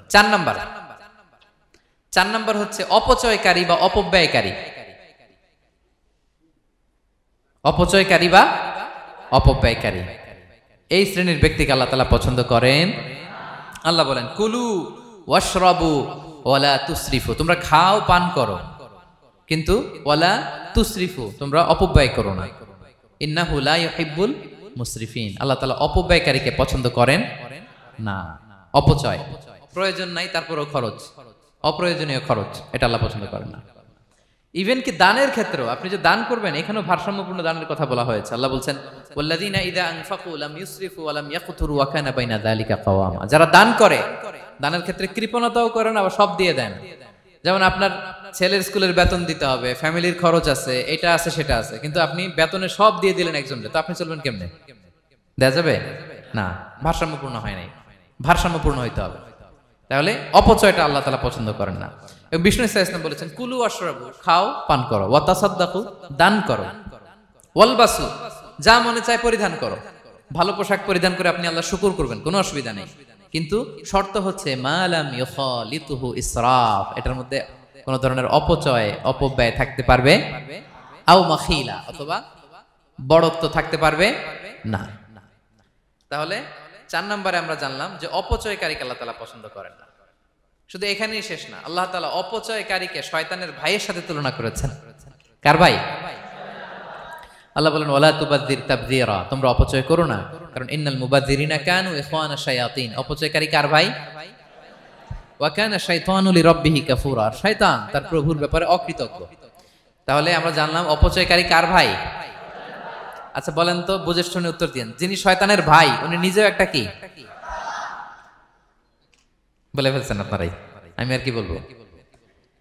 যারা আল্লাহ শয়তানের ভাই বানাইছে, ও নিজেও একটা কি? তাহলে এটা যেন আমরা না করি। আমরা যেন পরিমিতি বোধ যেন আমাদের ব্যয়ের ভেতরে থাকে। এই আয়াতগুলোতে আমরা দুইটা শব্দ পাই, একটা ইসরাফ আর একটা তাবযীর। ইন্নাল্লাহা লা ইউহিব্বুল মুসরিফিন, আর জায়গা ওয়ালা তুবাদির তাবযীরা। দুটোই হারাম পেনাঙ্গের ভাইয়েরা। পার্থক্যটা কি? পার্থক্য হচ্ছে ইসরাফ মানে হচ্ছে বৈধ বা হালাল কোনো ক্ষেত্রে প্রয়োজনাতিরিক্ত ব্যয় করা। হালাল হালাল, কিন্তু আপনি অতিরিক্ত খরচ করছেন। বাসায় আম লাগবে 2 কেজি, কয় কেজি? 2 কেজি হলে সুন্দর খাওয়া যায়। নিয়ে আসছেন 10 কেজি, কয় কেজি? 3 দিন পরে এগুলো পচে টচে নষ্ট হয়েছে, অপচয় হয়েছে না? কিন্তু আম কিনা হালাল না হারাম? আম খাওয়া হালাল না হারাম? তাহলে এই যে হালাল জিনিসে প্রয়োজনাতিরিক্ত যে খরচ করছেন এটাকে বলে ইসরাফ, এটা নিষেধ। আরেকটা আল্লাহ যেটা আরো ভয়ঙ্কর, শয়তানের ভাই বানাইছে আল্লাহ যে কারণে, ওটা বলে তাবযীর। ওটা কি? তাবযীর হচ্ছে অবৈধ বা হারাম কোনো ক্ষেত্রে প্রয়োজনাতিরিক্ত ব্যয় করা। এমনি কাজটা হারাম। এমনি কাজটা কি বলেন তো? মদ খাওয়া কি? এখন ট্রাক ভর্তি করে মদ নিয়ে আসছেন। নাচানাচির অনুষ্ঠানে ফান্ডিং করা কি? অশ্লীলতা, নৃত্য প্রদর্শনের একটা প্রোগ্রাম হবে নারীদের, এটাতে ফান্ডিং করাটা কি? হারাম। এখানে আপনি হাত খুলে দান করছেন, এটারে বলে তাবযীর। তাহলে ইসরাফও হারাম, তাবযীরও হারাম। দুইটার মধ্যে বেশি হারাম হচ্ছে তাবযীর। যে তাবযীরের কারণে আল্লাহ তাআলা তাকে শয়তানের ভাই বলেছেন। তাহলে অপচয়ের সাথে আমাদের কোনো সম্পর্ক? আমরা একটু গলা ফাটিয়ে অপচয়কে নো বলে দিব। আওয়াজ করে বলেন নো। আজকে থেকে আর কোনো অপচয় নাই। আজকে থেকে অপচয় নাই। বিশ্বনবী সাল্লাল্লাহু আলাইহি ওয়াসাল্লাম একবার আম্মাজান আয়েশা রাদিয়াল্লাহু তাআলা আনহার ঘরে ঢুকলেন। ফাওয়াজাদা কিসরাতা খুবজিন মুলকাতিন আলাল আরদ। আম্মাজান আয়েশার ঘরে ঢুকেই দেখলেন এক টুকরো রুটি মাটিতে পড়ে আছে। কোথায় পড়ে আছে? ফাগাদিবান নবী সাল্লাল্লাহু আলাইহি ওয়াসাল্লাম রেগে গেলেন। তিনি রাগান্বিত হলেন, প্রচন্ড রেগে গেলেন। রেগে আম্মাজান আয়েশাকে বললেন, আয়েশা, এই যে আল্লাহর রিজকে তুমি নষ্ট করছো, আল্লাহর রিজিকের মূল্যায়ন করতে শেখো আয়েশা। কোন ঘরে যদি আল্লাহর রিজিক আসে আর ওই রিজিককে যদি মূল্যায়ন করা না হয়, তাহলে সেই রিজিক আর এই ঘরে আসে না। কারণ এই রুটিটা খেয়েই তো তুমি বেঁচেছিলা, ঠিক কিনা? আজকে আমরা যেই রুটিটা, যেই ভাতগুলো ফেলে দিয়ে ডাস্টবিনে, এতটুকু খাইলে আমার কাশ্মীরের ভাইরা বেঁচে যাবে, এতটুকু পাইলেই আমার ফিলিস্তিনের ভাইরা বেঁচে যায়, এতটুকু পেলেই ওই ডাস্টবিনে মারামারি করে যারা খাবার খোঁজে ওরা বেঁচে যায়, ঠিক কিনা? এজন্য বিষ্ণু ইসলাম রেগে গেলেন। বিষ্ণু সবসময় রাখতেন না। রেগে বললেন, আয়েশা, আল্লাহর নেয়ামতের কদর করো। তোমার ঘরে রিজিক আসলে ওটার যদি মর্যাদা না দাও, এই রিজিক তোমার ঘরে আর ঢুকবে না। নট নেসেসারি শুধু খাবারের ক্ষেত্রে, যে কোনো ক্ষেত্রে অপচয় যেন না হয়। অপচয়, অপব্যয় যেন না হয়। আমরা অনেক সময় করে ফেলি, খেতে বসলে অনেক খাবার নিয়ে ফেলি, অর্ডার করতে গেলে দোকানে অনেক অর্ডার করে ফেলি, রেস্টুরেন্টে, কিন্তু এই খাবারগুলো নষ্ট করা যাবে না। ডাস্টবিনে যেন না যায় আপনার কারণে। আপনি কি করবেন? লেফট ওভার ফুড সাথে করে বঙ্গুজে নিয়ে আসবেন। আপনারা তো বঙ্গুজ বলেন নাকি? পেনাঙ্গে কি বলে? বঙ্কুজ। হ্যাঁ, টেক অ্যাওয়ে বা বঙ্কুজ বললে ওরা বঙ্কুজ দিবে, নিয়ে আসবেন, বাসায় এনে রাতে খাবেন, তারপরের দিন খাবেন, অথবা কাউকে দিয়ে দিবেন, কিন্তু খাবার নষ্ট করা চলবে। কারণ ইন্নাল্লাহা লা ইউহিব্বুল মুসরিফিন, আল্লাহ তাআলা অপচয়কারীকে পছন্দ করেন। কথাটা কি বুঝতে পেরেছেন সবাই? আচ্ছা, কয়টা গেল? আর বাকি রইল কয়টা? 5 নাম্বার, খেয়ানতকারী। আমানতের খেয়ানত যে করে, বা বিশ্বাসঘাতক, আমানতের খেয়ানত যে করে। অনেক লম্বা কথা, আমি যেহেতু সময় কম শেষ করে দিচ্ছি। ইন্নাল্লাহা লা ইউহিব্বুল খাইনিন, আল্লাহ তাআলা খেয়ানতকারীকে পছন্দ করেন। বিশ্বাসঘাতকতা যে করে, আল্লাহর কথা বাদ দেন, আমাদের সমাজে বলেন, কেউ যদি বিশ্বাসঘাতকতা করে আমরা পছন্দ করব? করব না, তাকে কেউ পছন্দ করে না। ইন্নাল্লাহা লা ইউহিব্বু মান কানা খাওয়ানান আসিমা, পাপী খেয়ানতকারীকে আল্লাহ পছন্দ করেন না। এবং মুনাফিকের আলামত রাসূল সাল্লাল্লাহু আলাইহি ওয়াসাল্লাম বলেছেন, কি দেখে মুনাফিক চিনবা? তিনি বলেছেন 3 জিনিস দেখে মুনাফিক চিনবা। 1, ইযা হাদাসা কাযাবা, মুনাফিক কথা বললে মিথ্যা বলে। কথা বললে কি করে? ওয়া ইযা ওয়াআদা আখলাফা, ওয়াদা করলে খেলাফ করে। 3 নম্বরে ওয়া ইযা তুমিনা খানা, মুনাফিকের কাছে আমানত রাখলে খেয়ানত করে। আমানতের খেয়ানত, এটা মুনাফিকের আলামত। শুধু মুনাফিকের আলামতই না, এটা কিয়ামতের একটা আলামত। আল্লাহ বলেন, ইন্নাল্লাহা ইয়া'মুরুকুম আন তুআদ্দুল আমানাতি ইলা আহলিহা, আল্লাহ তাআলা আদেশ করেছেন আমানতের যে হকদার তার হাতে তার আমানত পৌঁছে দাও। আদেশটা কার? সবাই বলুন, আদেশ কার? আল্লাহর। আমানতের খেয়ানত এটা মুনাফিকের আলামত এবং কিয়ামতের আলামত। এক বেদুইন এসে রাসূল সাল্লাল্লাহু আলাইহি ওয়াসাল্লামকে বলল, ইয়া রাসূলুল্লাহ মাতা সাআ, কিয়ামত কবে হবে? কি কবে হবে? কিয়ামত কবে হবে? রাসূল সাল্লাল্লাহু আলাইহি ওয়াসাল্লাম বললেন, ইযা দুইয়াতিল আমানাতু ফান্তাযিরিস সাআ, যখন আমানতের খেয়ানত শুরু হবে সমাজে তখনই কিয়ামত হবে। সে বলল, ইয়া রাসূলুল্লাহ কাইফা ইদাআতুহা, আমানতের খেয়ানত আবার কেমনে হয়? সহজ সরল মানুষ, আমানতের খেয়ানত হয় কেমনে? বিষ্ণু বললেন, ইদা উসিদাল আমরু ইলা গায়রি আহলিহি ফান্তাযিরিস সাআ, যে লোক যেই কাজের যোগ্য নয় তাকে যখন সেই কাজে বসিয়ে দেয়া হবে তখনই কিয়ামত হয়ে যাবে। এখন এটা আছে না নাই সমাজে বলেন? হ্যাঁ, যে যেই কাজের যোগ্য না সেই কাজ সে পায় না। সবাই বলেন তো, যে যেই চেয়ারে বসার যোগ্যতা রাখে না ওই চেয়ারে সে বসে কি বসে না? নেতা হওয়ার যোগ্যতা নাই, নেতা হয়ে গেছে। পদের যোগ্যতা নাই, পদ পেয়ে গেছে। চাকরির যোগ্যতা নাই, ওই যে উপর থেকে ফোন আসছে, ফোনের ঠেলায় চাকরি হয়ে গেছে। দেশেরও 12টা বেজে গেছে। এইভাবেই আমানতের খেয়ানত হয়। প্রিয় ভাইরা, আমানত ব্যাপারটা অনেক বড়। অনেকে মনে করে, আপনারা কি বোরিং হয়ে যাচ্ছেন? আর অল্প, আর ম্যাক্সিমাম 10 মিনিট। প্রিয় ভাইরা, আমানত এই ব্যাপারটা অনেক বড়। অনেকে মনে করে, একজন আমার কাছে একটা মোবাইল রেখে গেছে, বলছে ভাই এই মোবাইলটা আগামী সপ্তাহে এসে নিয়ে যাবে। তো অনেকে মনে এইটাই শুধু আমানত, অনেকে ভাবে। বা 10,000 রিঙ্গিট রেখে বললো 3 দিন পরে এসে আমি টাকাটা তোমার কাছ থেকে নিব। তো আপনি দিয়ে দিলেন, এটা তো আমানতদার হলেনি। কিন্তু শুধু এতটুকু আমানত নয় প্রিয় ভাইরা আমার। আল্লাহ তাআলা আমাদেরকে যা দান করেছেন তার সবই আমানত, সবকিছুই আমানত। এই যে আমাকে আল্লাহ জ্ঞান দিয়েছেন, এই জ্ঞানটা আমানত। যাদেরকে আল্লাহ পরিচিতি দিয়েছেন, পরিচিতি এটা আমানত। আমার অর্থ, আমার সন্তান, আমার ক্ষমতা, আল্লাহর দেয়া প্রতিটি নিয়ামতই আমানত। এবং এই আমানতের ব্যাপারে আল্লাহ তাআলা জিজ্ঞেস করবেন। আপনি একটা প্রতিষ্ঠানের প্রধান, এই প্রতিষ্ঠান আপনার কাছে আমানত। আপনি মসজিদের সভাপতি, এই মসজিদ আপনার কাছে আমানত। আপনি চেয়ারম্যান, এই ইউনিয়ন পরিষদটা আপনার কাছে আমানত। কি বলেন? আপনি MP, member of the parliament, এই নির্বাচনী এলাকাটা আপনার কাছে আমানত। আপনি রাষ্ট্রপ্রধান, পুরো রাষ্ট্রের প্রতিটি ইঞ্চি আপনার কাছে কি?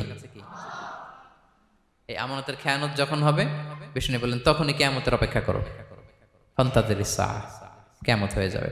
তাহলে খেয়ানতকারীকে আল্লাহ তাআলা পছন্দ করেন না, আমানতের খেয়ানতকে পছন্দ করেন। আর আমানত এটা ব্যাপক বিষয়। আমার জ্ঞান, আমার ক্ষমতা, আমার পরিচিতি, আমার সন্তান, আমার স্ত্রী, সবকিছু আমানত। এবং এগুলোর ব্যাপারে আল্লাহ তাআলা আমাদেরকে জিজ্ঞেস করবেন। কয়টা গেল? তাহলে খেয়ানতকে আমরা নো বলে দিব। আওয়াজ করে বলেন নো। একটা সাথে আমাদের সম্পর্ক নেই। 6 নম্বরে হচ্ছে ফাসাদ সৃষ্টিকারী, বিশৃঙ্খলা সৃষ্টিকারী। সমাজে যারা বিশৃঙ্খলা সৃষ্টি করে তাদেরকে আল্লাহ পছন্দ করেন না। আল্লাহ বলেন, ইন্নাল্লাহা লা ইউহিব্বুল মুফসিদিন, আল্লাহ তাআলা ফাসাদ সৃষ্টিকারীদেরকে কখনো পছন্দ করেন না। সমাজে নানাভাবে, সামাজিকভাবে ফাসাদ, রাজনৈতিকভাবে ফাসাদ, অর্থনৈতিকভাবে ফাসাদ, এই যত ফাসাদ বিশৃঙ্খলা আছে এগুলোর হোতা যারা, তাদেরকে আল্লাহ পছন্দ করে না। নানাভাবে দেখবেন যে সমাজে অনেকে ফাসাদ সৃষ্টি করে। আমাদের বাংলাদেশে কিছুদিন আগে কাঁচামরিচের দাম বেড়ে গেছে না? কেমনে বাড়লো? নিশ্চয়ই কেউ সিন্ডিকেট করছে, নিশ্চয়ই কেউ মজুদদারি করছে, নিশ্চয়ই এখানে কেউ ফাসাদ তৈরি করছে, ঠিক কিনা? প্রতিটি সেক্টরে আপনি খুঁজে দেখবেন ফাসাদ, হ্যাঁ, মারামারি, বিশৃঙ্খলা, ফাসাদ। এই কিছুদিন আগে এক নির্বাচনের প্রার্থীকে ধরে পিটাইছে, সবাই দেখলাম আমরা, তাই না? এটা ফাসাদ হয়েছে না? বিশৃঙ্খলা হয়েছে না? এই আপনি যদি ধরে ধরে বলেন, পরিবারে, সমাজে, রাষ্ট্রে, অর্থনীতিতে, বাজারে, প্রতিটি জায়গায় ফাসাদ আছে না নাই? আল্লাহ তাআলা বলেন, ইন্নাল্লাহা লা ইউহিব্বুল মুফসিদিন, এই ফাসাদ সৃষ্টিকারীকে আল্লাহ তাআলা পছন্দ করে না। মদিনাতে এই যে টিকিটের দাম, সুন্দর কথা বলছেন, টিকিটের দাম বাড়ায় যারা দেয়, সেম গোস টু দেম, তাদেরও একই কথা, ফাসাদ সৃষ্টিকারী আর মুফসিদুন। এই যে আমাদের হাজিদের এত টাকা লাগে কেন? 50,000 টাকার টিকিট হয়ে গেছে কয় লাখ? 2 লাখ, কয় 1 লাখ। হজে যারা গেছে 1,95,000 টাকা করে পড়ছে একজনের টিকিট। কিয়ামতের দিন আল্লাহর সুপ্রিম কোর্টের কাঠগড়ায় তোমাকে দাঁড়াতে হবে, পাই টু পাই সেদিন হিসেব নিয়ে আল্লাহ তাআলা ছাড়বেন, ঠিক কিনা? সেদিন হবে আসল খেলা। এখন তো আমরা মাইক পেলেই বলি খেলা হবে, কিন্তু আসল খেলা কবে? লক্ষ লক্ষ কোটি মানুষের সামনে আল্লাহ তাআলা আপনার এই গোমর ফাঁস করে দিবেন। আল্লাহ তাআলা আপনাকে অপমানিত করে ছাড়বেন। তাই কোনো ফাসাদের সাথে, বিশৃঙ্খলার সাথে মুমিনের কোনো সম্পর্ক থাকতে পারে। মদিনায় মুনাফিকেরা এই ফাসাদ তৈরি করত। যখন তাদেরকে বলা হতো তোমরা ফাসাদ করো কেন, ওয়া ইযা কিলা লাহুম লা তুফসিদু ফিল আরদ ক্বালু ইন্নামা নাহনু মুসলিহুন, তারা বলতো আরে ফাসাদ কে, আমরাই তো ভালো মানুষ, আমরাই তো ভালো মানুষ, আমরাই তো ভালো কাজ করি। আল্লাহ বলে না, আলা ইন্নাহুম হুমুল মুফসিদুনা ওয়ালাকিন লা ইয়াশউরুন, ওরাই ফাসাদ সৃষ্টিকারী, ওরাই ফাসাদ সৃষ্টিকারী, ওরাই সমাজে বিশৃঙ্খলা সৃষ্টিকারী। ওদের ভেতরে এক বাইরে আরেক, তার নাম মুনাফিক, ঠিক কি না? মুনাফিকের সহজ সংজ্ঞা কি জানেন? ভিতরে লালন করে একটা অনুভূতি বা ভাবে একটা, কিন্তু মুখ দিয়ে বলে, তার মানে ভেতরে এক বাইরে আরেক, তার নাম দুই মুখ সাপেরা। এদিকে যায় বলে আপনার লগে আছে, আপনি খুব ভালো, ওদিকে যায় বলে আরে না না উনি কি, উনি তো খুব খারাপ মানুষ, আপনি অনেক সবচেয়ে ভালো, আমি আপনার সাথে আছি। এরকম ডাকাইতে আছে না নাই? দুমুখ সাপ, ডাবল স্ট্যান্ডার্ড, নেহি এদার নেহি ওদার, দারমিয়ান মে সাদার বাদার, ডানেও না বায়েও না, মাঝখানে সদর বদর। বুঝেন? দুই নৌকার মধ্যে দুই পা দিছিলেন কখনো? কয় দিছি। অবস্থা কি হয়েছিল তোমার বলো? হ্যাঁ, পড়ে গেছিল? পড়বে। দুই নৌকায় দুই পা দেওয়া যায় না, হয় এই পা এদিকে নিয়ে আসতে হবে না ওদিকে চলে যেতে হবে, দুই পা দিলে এই উল্টায় পড়বে। মুনাফিকদের স্বভাব এটা, দুমুখ সাপ, ডাবল স্ট্যান্ডার্ড মেনটেন করে, টু ফেসড পার্সোনালিটি এরা। যেদিকে বৃষ্টি ওদিকে ছাতা, উপরে ফিটফাট, ভিতরে সদরঘাট। তাদেরকে যখন বলা হয় তোমরা ফাসাদ সৃষ্টি করো না, ওরা বলে আরে আমরাই তো ভালো। আল্লাহ বলে না, তোমরাই ফাসাদ সৃষ্টিকারী, তোমরা জানো না। তো এই ফিতনা ফাসাদকে আল্লাহ হত্যার চেয়েও জঘন্য বলেছেন। তিনি বলেছেন আল ফিতনাতু আকবারু মিনাল কতল। এই ফিতনা সৃষ্টি করা, সমাজে পণ্যের দাম বাড়ানো, কাঁচামরিচের দাম বাড়ানো, অন্যের হক নষ্ট করা, টিকিটের দাম বাড়ানো, মজুদদারি করা, সমাজের স্বাভাবিক সামাজিক রাজনৈতিক ভারসাম্য যারা নষ্ট করে, এগুলো সব মুফসিদুন। সব কি? মুফসিদুন, ফাসাদ সৃষ্টিকারী, ফিতনাবাজ। আকবারু মিনাল কতল, সমাজের স্বাভাবিক যে ধারা, এই ফ্লোটাকে তারা নষ্ট করে। এবং ফাসাদের মাধ্যমে যদি কারো ক্ষতি করে, কাউকে কেউ হত্যা করে, সেজন্য গোটা বিশ্বের সবাইকে হত্যা করে। আল্লাহ বলেন মান কাতালা নাফসান বিগাইরি নাফসিন আও ফাসাদিন ফিল আরদি ফাকান্নামা কাতালান নাসা জামিআ। অন্যায়ভাবে ফাসাদের মাধ্যমে যখন কেউ কাউকে হত্যা করে, সেজন্য গোটা বিশ্বের সবাইকে হত্যা করে। আকবারু মিনাল কতল, ফিতনা এত বড় ভয়ঙ্কর পাপ। তো এই ফিতনার সাথে, ফাসাদের সাথে, ফাসাদ সৃষ্টি করা, বিশৃঙ্খলার সাথে আমাদের কোনো সম্পর্ক, কারণ ইসলাম শান্তির ধর্ম। কিসের ধর্ম? শান্তির ধর্ম। কোনো অন্যায়, বিশৃঙ্খলা, বোমাবাজি, সন্ত্রাসবাদ, টেরোরিজম, এগুলোর সাথে ইসলামের কোনো সম্পর্ক, শান্তির ধর্ম। এজন্য আল্লাহ তাআলা ফাসাদ সৃষ্টিকারীদেরকে পছন্দ করেন। কয়টা গেল? সব শেষ হচ্ছে মন্দ কথার প্রচারক। আমার ভাইয়েরা, কি কথা? কোন ধরনের বাজে কথা, মন্দ কথা, অশালীন কথা, অশ্লীল কথা আমরা মুখ দিয়ে উচ্চারণ করব। কোন ধরনের বাজে স্ট্যাটাস, মন্দ স্ট্যাটাস, অশালীন স্ট্যাটাস আমরা ফেসবুকে দিব? কারো এরকম অশালীন স্ট্যাটাস শেয়ার দিব? নেভার, কখনো দিব না।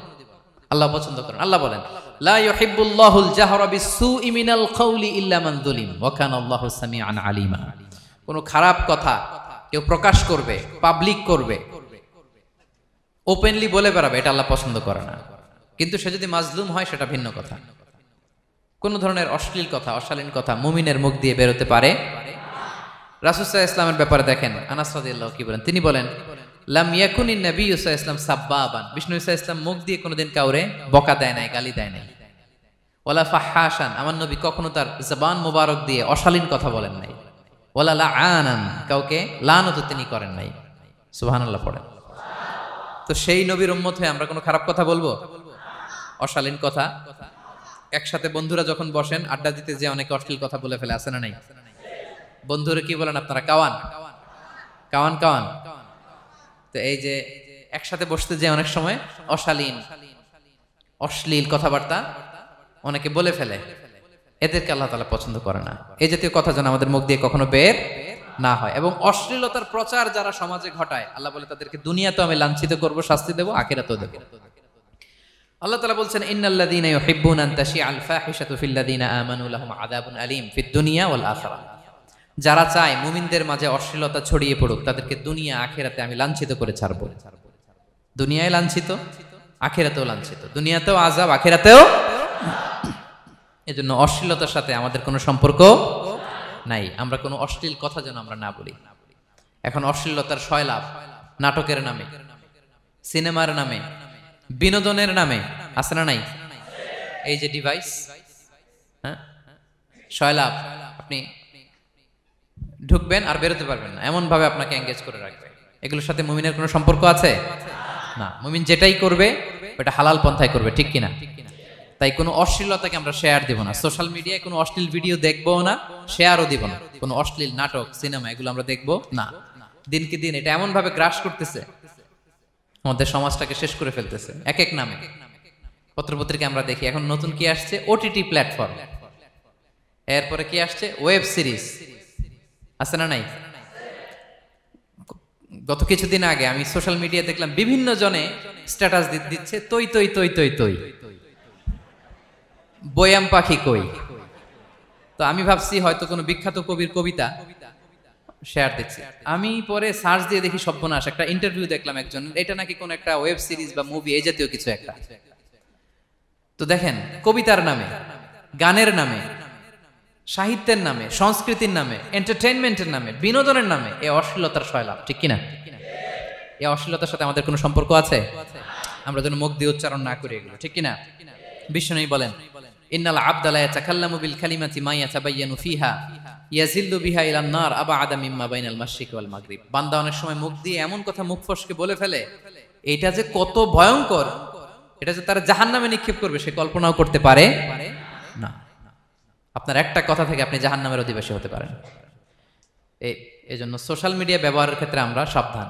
যে কোনো ধরনের গুজব, মিথ্যা কথা, হক্স নিউজ, অশ্লীলতা, স্ক্যান্ডাল এগুলোর সাথে আমাদের কোনো সম্পর্ক নাই। আমরা সব সময় যেন শালীনতার মধ্যে থাকি, সত্যের পক্ষে থাকি। কথা বুঝতে পেরেছেন? তাহলে কয় শ্রেণীর ব্যক্তিকে আল্লাহ পছন্দ করেন না? এক নম্বরে সীমা লঙ্ঘনকারী, দুই নম্বরে জালিম, তিন নম্বরে অহংকারী, চার নম্বর অপচয়কারী, পাঁচ নম্বর খেয়ানতকারী, আমানতের খেয়ানত, ছয় নম্বর ফাসাদ সৃষ্টিকারী, সাত নম্বর মন্দ কথা, অশ্লীল কথার যে প্রচার করে। এগুলো যারা করে এদের সাথে আমাদের কোনো সম্পর্ক, এই 7 শ্রেণীর লোককে আল্লাহ তাআলা অপছন্দ করেন। এগুলো কি আমাদের জীবনে থাকবে? এগুলো আমরা কি শুধু হল রুম থেকে বের করে দিব না পুরো জীবন থেকে? পারা যাবে? পারা যাবে? আওয়াজ করে পড়ুন ইনশাআল্লাহ। পেনাঙ্গের ভাইরা, আল্লাহ তাআলা আমাদের সবাইকে কথাগুলো বোঝার ও আমল করার তৌফিক দান করুক। এই আলোচনা যেন আমাদের নাজাতের ওসিলা হয়। আমরা এখানে যেমনি বসলাম আবারও যেন কোনো তাফসিরুল কোরআনের ময়দানে বসতে পারে, আল্লাহ তৌফিক দান করুক। হাযা মা ইনদি ওয়াল ইলমু ইনদাল্লাহ আলাইহি তাওয়াক্কালতু ওয়া ইলাইহি উনীব। ওয়াসসালামু আলাইকুম।